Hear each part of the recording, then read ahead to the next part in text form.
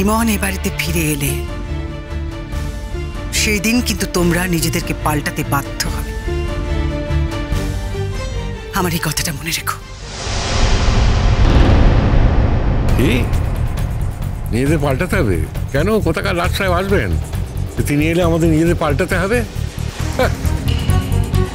শোন মেজকি, আমি তোকে একখানা কথা বলে দিচ্ছি। হ্যাঁ, তুই এ মনের সঙ্গে আমাদের জড়িয়ে কোনো কথা বলবি নি। আমরা ওই মেয়েকে বাড়ি থেকে তাড়াইনি কো। ওর অনেক অত্যাচার আমরা সহ্য করেছি, মেনে নিয়েছি মুখ বুঝে। হ্যাঁ, হয়তো দুখানা কথা বলেছি, তো বাড়ি থেকে তো চল যেতে বলিনি। ওকে বাড়ি থেকে চল যেতে বলেছে রনু। অন্যায় করেছিল বলে রনু ওকে বাড়ি থেকে চল যেতে বলেছে। তো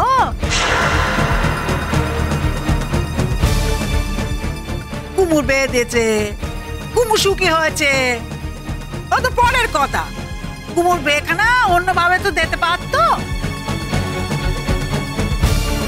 রনু যেভাবে বলছিল সেভাবে তো চলতে পারতো, তা তো করেনি কো, মোটে তা করেনি। ও নিজে যেটা মনে করেছে সেভাবেই চলেছে। এইটুকু মেয়ে ও নিজে সিদ্ধান্তে চলে। কি ভেবেছি কি ও কি ভেবেছে আমরা পুতুল? তাছাড়া তুমি বা তো গ্যারান্টি দিয়ে বলছো কি করে যে মাসিমণি ভালো আছে? মেজমামি, এটা বলার সময় কিন্তু এখনো আসেনি। আর মাসিমণির কিন্তু সেই বোধই নেই যে কোনটা সুখ কোনটা অসুখ। তাহলে মাসিমণি বুঝবে কি করে বলো তো যে মাসিমণি সুখে আছে? সে বোধ আছে কুমুর, সে বোধ আছে রূপকথা। তোমার সে বোধ না থাকতে পারে, কুমুর আছে। তোমাদের পিসিমণির যে সুখ অসুখের বোধটা হারিয়ে গিয়েছিল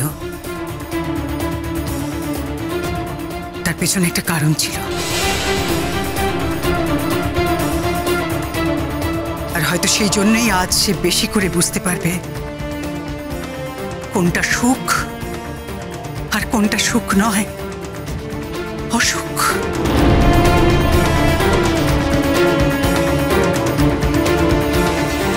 আমি তো বরং বলবো এখনো সময় আছে। তুমি বরং এখনো নিজেকে সংশোধন করার চেষ্টা করো রূপকথা। কিসের সংশোধন? তুই ওর পেছনে লেগেছিস কেন বল দেখিনি মেজকি? ও এত ভালো মেয়ে, এত নক্কি বউ এসেছে ঘরে, তুই ওর পেছনে নাগবি আর আমরা চুপচাপ মেনে নেবো, কিছু বলবো নি? আমি ওকে কি বলেছি সেটা ও বুঝেছে দিদি। আর শুধু বোঝা নয়, আমি যেটা বলেছি সেটা যদি ও মেনে চলে তাহলে ভবিষ্যতে ওরই ভালো হবে।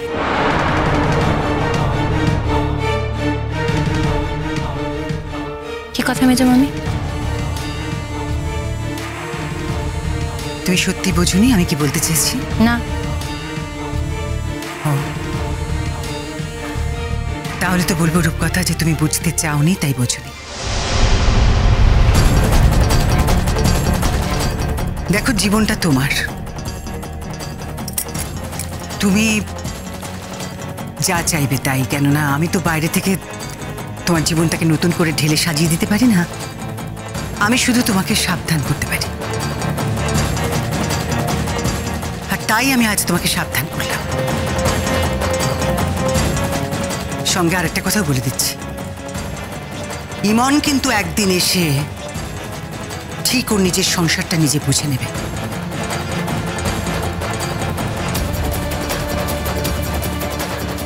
রূপকথা, তুমি এমন কিছু করো না যাতে সেই দিন তোমাকে আফসোস করতে হয়।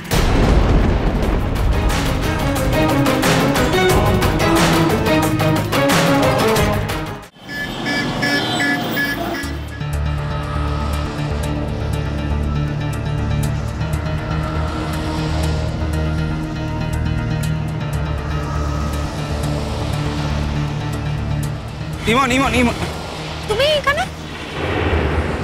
আমি জানতাম তোমাকে পেতে গেলে আমাকে এখানেই আসতে হবে। দেখো, এটা ছাড়া তো আর আমার তোমার সাথে দেখা করার কোনো উপায় ছিল না। ইমন, তুমি এটা কি করলে বলো তো? কেন? আমি কি করেছি? তুমি আমাদের সাথে সমস্ত সম্পর্ক শেষ করে দিলে। ইভেন তুমি দাদাভাইয়ের সাথে চিরদিনের মতো সম্পর্ক শেষ করে দিলে।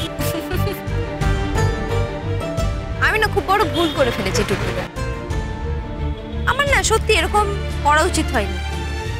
সত্যিই তো, ওদের তো কোনো দোষ নেই।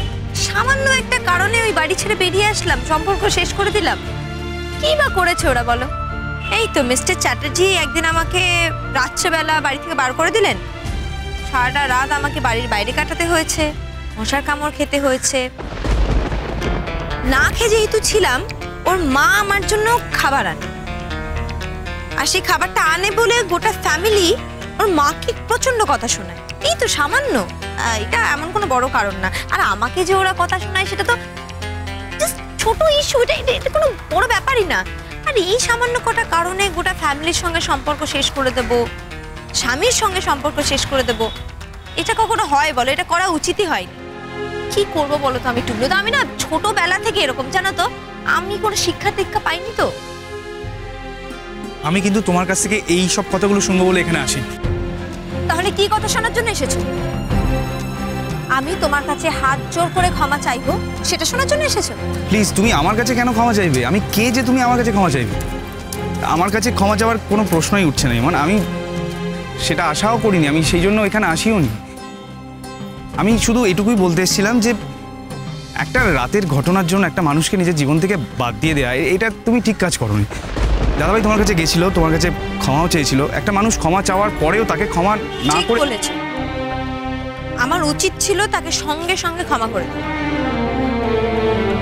একটা মানুষ যতই ভুল করুক না কেন, যতই দোষ করুক না কেন, সে যদি অন্য মানুষটির কাছে গিয়ে ক্ষমা চায়, তার উচিত সেই মানুষটাকে সঙ্গে সঙ্গে ক্ষমা করে দেওয়া। আর সে যদি সেটা না করে, তখন সে হয় পৃথিবীর সবথেকে বড় অপরাধী।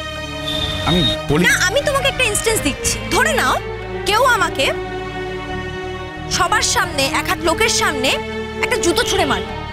পরের দিন সে কিছু একটা রিয়েলাইজ করে ছুটতে চলে এলো আমার কাছে, এসে হাত জোর করে একা একা ক্ষমা চাইছে। আমার উচিত হবে তো তাকে সঙ্গে সঙ্গে ক্ষমা করে দেওয়া? দেখো, দাদাভাইয়ের আর তোমার সম্পর্কের মধ্যে আমার ঢোকা উচিত না, আমি জানি। মানে ইনফ্যাক্ট পৃথিবীর কোনো সম্পর্কের মধ্যেই মানে তৃতীয় ব্যক্তি ঢুকে খুব একটা কিছু করতে পারে না, মানে তাতে লাভ হয় না। আমি তোমার কাছে এসেছিলাম কারণ আমার মনে হয়েছিল যে তোমার উপর আমার খানিকটা হলেও অধিকার আছে। মানে আমি বলছি না দাদাভাই যেটা করেছে দাদাভাই সেদিন রাত্রে ঠিক করেছে, আমি শুধু এটা বলছি যে দাদাভাই যখনই বুঝতে পেরেছে দাদাভাই ভুল করেছে, দাদাভাই ছুটে গেছে তোমার কাছে ক্ষমা চেয়েছে তোমাকে নিয়ে আসতে। ঠিক আছে, তখন তুমি রেগেছিলে, তুমি আসোনি, কিন্তু এখন তো তুমি জানো, মানে নিশ্চয়ই জানো, টিভিতে, নিউজ পেপারে, সব জায়গায়, মিডিয়াতে। কাজে আমি ধরেই নিচ্ছি যে তুমি জানো। কাজেই দাদাভাই একটা বিপদের মধ্যে আছে, এটা জেনেও যদি তুমি রিয়াক্ট না করো। তোমার কি ধারণা তোমার দাদা ভাইয়ের এই বিপদ থেকে আমি উদ্ধার করতে পারবো? আমি তা জানি না। আমি শুধু এইটুকু জানি যে এরকম সময় পরিবারের লোক দূরে সরে গেলে সেই মানুষটার মনে জোর বলে আর কিছু থাকে না। আমি আমার দাদাভাইয়ের সমস্ত অপরাধ সত্ত্বেও দাদাভাইকে ভালোবাসি। আমি দাদাভাইয়ের স্বার্থে এখানে এসেছিলাম। কি করতে বলছো আমাকে? আমি তোমাকে কিছু করতে বলতে পারিনি মা। ইনফ্যাক্ট আমি যদি কিছু বলিও তাহলে তুমি যে সেটাই করবে তার তো কোনো মানে নেই। আমি এখানে এসেছিলাম কারণ বিপদের সময় মানুষের তো বুদ্ধি সব লোপ পায়। তাই আমার মনে হয়েছিল তোমার কাছে আসলে আমি ভুলে গিয়েছিলাম যে তুমি প্রায়ই বাড়িতে বলতে যে তোমার সাথে দাদাভাই বিয়েটা একটা ডিল, তুমি আমাদের বাড়িতে থাকতে চাও না।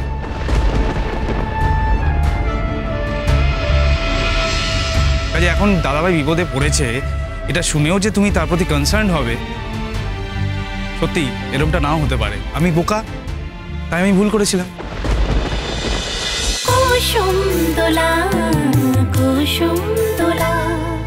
স্টার জলসার প্রিয় শো দেখার জন্য সাবস্ক্রাইব করুন আমাদের ইউটিউব চ্যানেলে এবং আপডেটেড থাকার জন্য প্রেস করুন বেল আইকন। চলো চলো চলো চলো পাল্টাই।